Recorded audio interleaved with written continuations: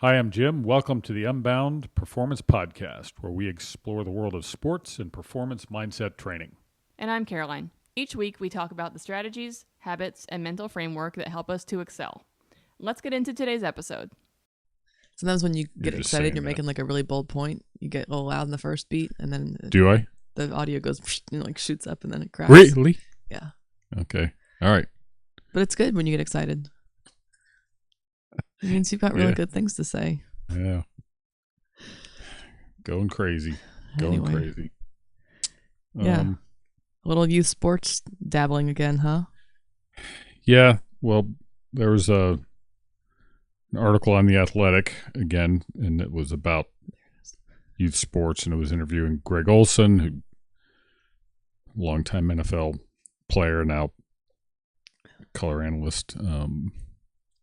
But he's got kids in the middle school range. I think he coaches the football teams that the boys are on. And then separately, I had someone send me the article. Oh, interesting. And I had read it, like the day before they sent it. So, I think it's one of those topics that is just so many people are involved, one way or another, and trying to figure it out and how best to navigate it is not easy. It's just getting worse and worse. I think that in reading that article, he talked about my biggest takeaway was how he was talking about playing different sports is good because every sport has its own different culture, and that can help build your kid differently. And I totally feel that. I didn't cut back on other sports till my sophomore year in high school, and then I was volleyball only. But I even find right now with my kids, like, I'm not looking every season to figure out, like, all right, can we, like, what's happening this season? What is soccer now? Like, I don't know what seasons or what. I just don't. If a parent messages me and says, hey, does so and so want to play on our team, and it fits our schedule, sure. But I'm not like, so I'm looking for these signups. I want my kids to play and have fun and enjoy doing things. But if we miss a season, we miss a season. It's not like we're gonna be at this point ultra competitive soccer players or whatever. And so it was funny because we were back to school last week, and I ran into some parents. They were like, oh, you guys going to practice tonight? And I was like, practice for what? They were like, the Aces soccer team. And I was like, oh yeah, we didn't sign up. And everyone's like, what? It's just like, part of it is just my like type B mom version of myself where I just like don't know what's going on half the time. But at the same rate, I think I just don't let those things slip because they're not that important to me that my kids be plugged into something all the time. I think it's fine for kids, for what it's worth, my kids are 5 and 7, to have seasons where they just come home after school and they play outside and they learn that culture, and then they learn other sports culture. And so I think the culture aspect and angle that he talked about in the article was the one I agreed with the most, and the one I think a lot of people don't consider.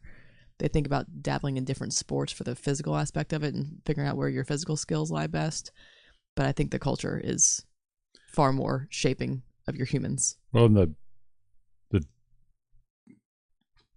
the difference in the way the sports are played, different things they emphasize in terms of competing, whether it's, you talk about baseball with a little slower pace where there's a lot of time to think and you have to manage all of that versus, like basketball or football or soccer where there's somebody like right up on you, and how do you learn to compete in that kind of environment. So I think all of that has definite value as well. I think probably the thing that's driving all of this now continues to be parents feel like their child is falling behind. Like if they're not playing whatever sport it is all year long at the age of 9 or 10, they won't make the junior high or middle school team, or never mind, playing college or something like that, missing out on scholarship opportunities, which, in this, with a cost of college, it's utterly insane. I get why that drives it, because I think that did drive for sure. this at the beginning and continues to have a huge impact on the whole youth sports world. But he made a comment in that article about, are we raising professional athletes or professional people? And I really like that. Plus, I think it's enormously important to learn how to struggle and fail and compete. And he talked about, at some point you're going to be the last kid on the bench. Like, at some point you're not going to be batting third in the lineup. You might bat eighth or ninth, or not be a starter. Yeah. How do you handle that? And I know I've been in the college world before and have plenty of friends coaching collegiately. That is one of the huge issues. These kids come, they're used to being the best player on their high school team or club team. Their whole identity is wrapped up in that, and then bam, they are in a situation where everybody was the best player on their high school team, and they don't start right away. How do you handle that? How do you struggle and keep fighting and learning how to do all that? That is such a huge part of the value of youth sports to me, as well as just learning how to be a good teammate and how to care about your teammates and play together and kind of come together for a pursuit of a common goal. All of those things really matter.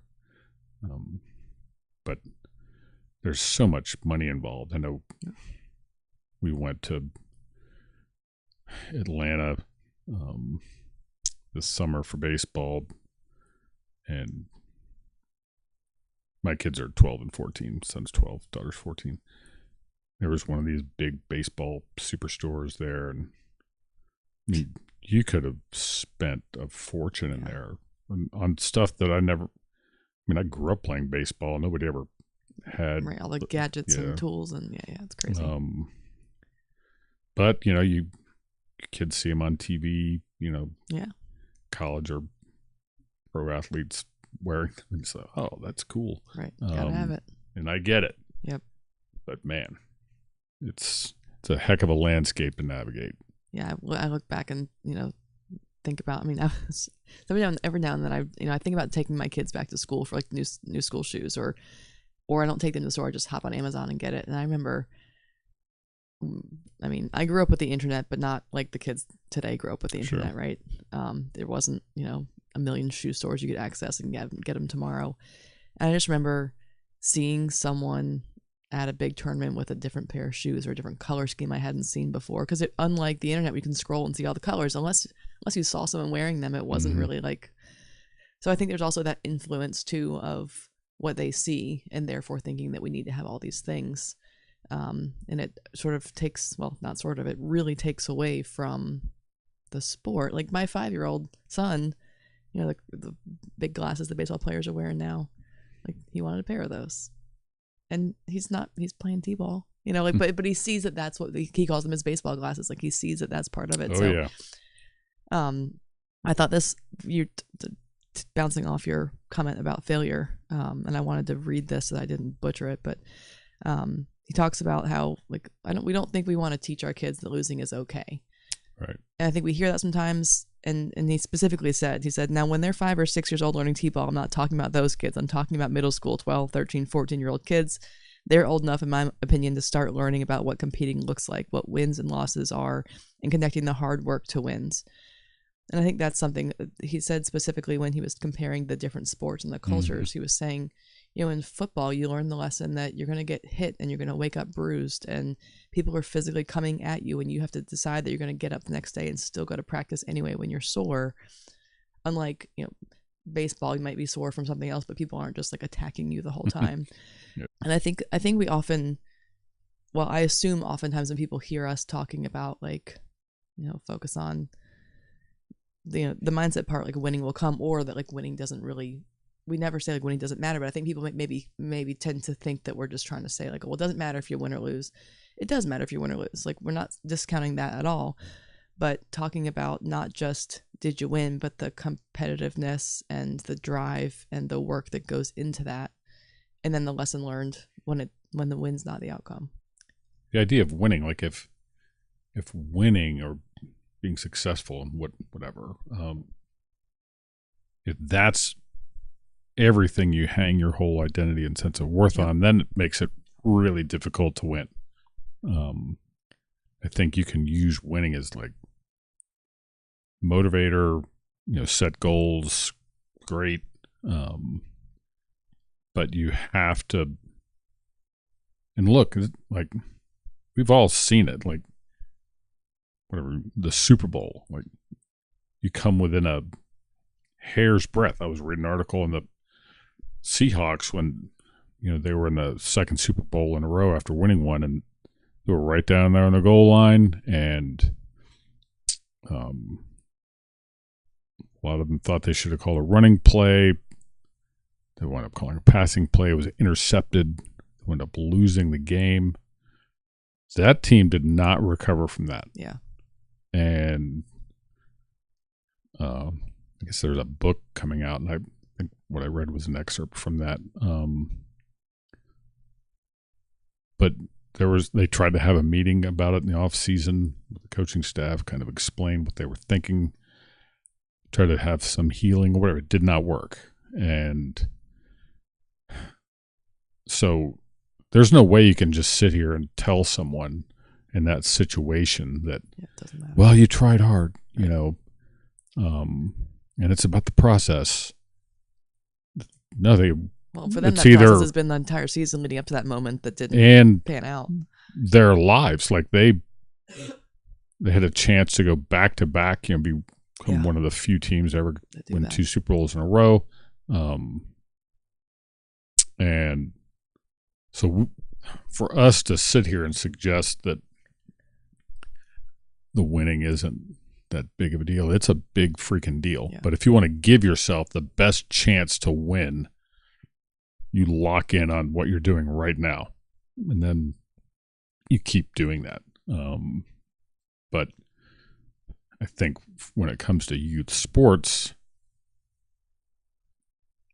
your point, like when they're 5, 6, 7, yeah, they want to win. My son wanted to win. He was 4 years old, and he was like, keep score. Yep. Like, they were like putting it back to 0 on the scoreboard. Like, he was having none of that. And it's not like we were going home and telling him, right, you better win, or, that's just how it is. That's how he was, how he still is. But I think learning how to compete, like when you don't feel great, or when you look over there and the other team looks really good, how are you still going to compete with everything you've got? Try to find a way. Like, how are you going to get up and keep coming? How do you rebound from mistakes and overcome adversity? Those are all the things that, one, they're much more important than whatever the event is. And they carry through like for the rest of your life. Hopefully that's, the goal for all of this youth sports stuff, which is what he meant about professional people as opposed to professional athletes or whatever. Yeah, he was talking about comparing, like, even probably when I was growing up, definitely when you were growing up, and when he was talking about, and Greg Olsen talking about growing up. But for him and for you, like when it was baseball season, you played for your local town team. When it was basketball season, you played for your local town team. There wasn't all these, he talks about the choices that we now have of like which club and which team, and kids going to 4 different high schools in 4 different years, and not allowing your kids the opportunity to not be a starter or not be the best. So we just bounce them all around and move from here. And at the end of the article, because he ends the article with the simple question, what are you going to do about it? Talks about he wants his kids to experience failure when they still come home to mom and dad, not when they're 20 and they're off on their own trying to handle it. Like teaching them how to experience failure when they still have that support system around them to learn how to deal with it the right way. he said, we want them to come home and be embarrassed and struggle and have their weakest moments at a younger age because we can develop skill sets for dealing with those emotions. So I think that's, again, building the people specifically is just sort of giving them, when we yank our kid from team to team to team to always have them be in the top team or the winning team or the starting position, you're not giving them that chance to fail or to feel like they need to compete to get where they want to be. And then just like you said, and we've said a million times, when they get to college where everyone was that number one person, learning that lesson your freshman year are the kids that can't hang and don't cut it for the 4-year career. Yeah, it's really tough. I loved that part where he talked about we don't want them to experience, like failure in an athletic sense first time when they're 20. Because that's a real slap in the face. And your point about the choices, right? I mean, it was all whatever. You'd play football, and then you go play basketball, and then you'd run track or play baseball. Yeah. That was just how it goes, and you're with the same guys all the time. And now it's, there's a proliferation of year-round programs, and everybody's trying to pick which will be the best one and give me a leg up. And, they bounce from travel program to travel program, just like they do sometimes for high schools. Although I think now the travel program kind of movement is maybe even more because of people view rightly that most of the recruiting for college is done in those travel situations. But then the bad news with that is they carry that mentality right into a college environment. Well, I'm not getting what I want here, so I'm going to go over here and, portal, and you don't have to sit out. Yeah. And I've said this 500 times in this podcast. I'm not against transferring or against the portal, but I am using it. I'm against using it as some kind of way to avoid adversity. Yeah. And instead of developing the ability to struggle and overcome and keep fighting, to me, that's inspirational to watch somebody do that. And it's so meaningful in terms of how they're going to live and what they're going to teach their children. So I loved, I guess what's the name of his organization? Youth Incorporated. Yeah. After he's still an NFL broadcaster, but he also has an organization, Youth Incorporated, where they try to help people manage all of this stuff and address these topics of genuine concern. I hope we never kind of poo-poo the idea of the struggle it is to just trying to figure this out and navigate it well, because it's very difficult. I mean, it's coming for you. We're in it. Yep. And you're just trying to surround your kids with the best kind of people possible, quality people that they should be around, and people who care about them, as well as develop skills and things like that. I think that's the thing, right? Is this environment that we live in with youth sports is not going away. No. So how are we going to respond? So we still have the choices, we still have the pressures, we still have I love that there was one. I'm glad I remember this. There was one part where he said, if at some point you're playing for a coach who says you can't play another sport, think about if that's a coach you want to be playing for. And I think that's just to your point, is we still have to make a choice. We still have to maybe narrow sports at some point along the way, whatever that is. But in making your choice, rather than which is the most reputable team, which one's going to have the most exposure to whatever, where are the people that are going to make my kid the best kid that possible, and hopefully sports ends up being a part of that.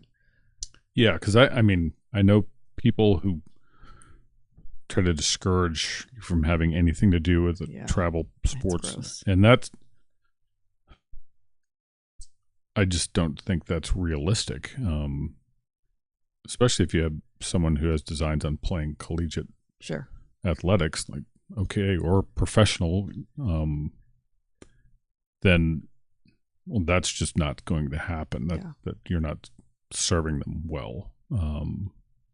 So then trying to give them things to think about, and like Greg Olsen's doing in his organization, formally really trying to help navigate all of this stuff.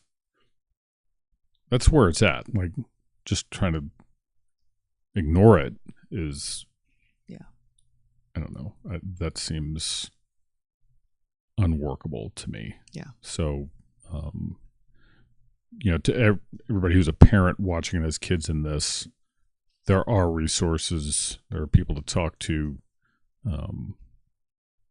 and don't think you've got to try to make the perfect decision every year. Like, because there isn't going to be one. Just do the best you can. That's what we're doing. Yeah. And there's good things and bad things about it. Every decision we've made so far. Just try to do it with the best interests of your child as a person, as a whole. As often as possible. Yeah. We hope you enjoyed this episode of the Unbound Performance Podcast. Your support helps us continue to build our community. If you're enjoying this content, please like, subscribe, and share.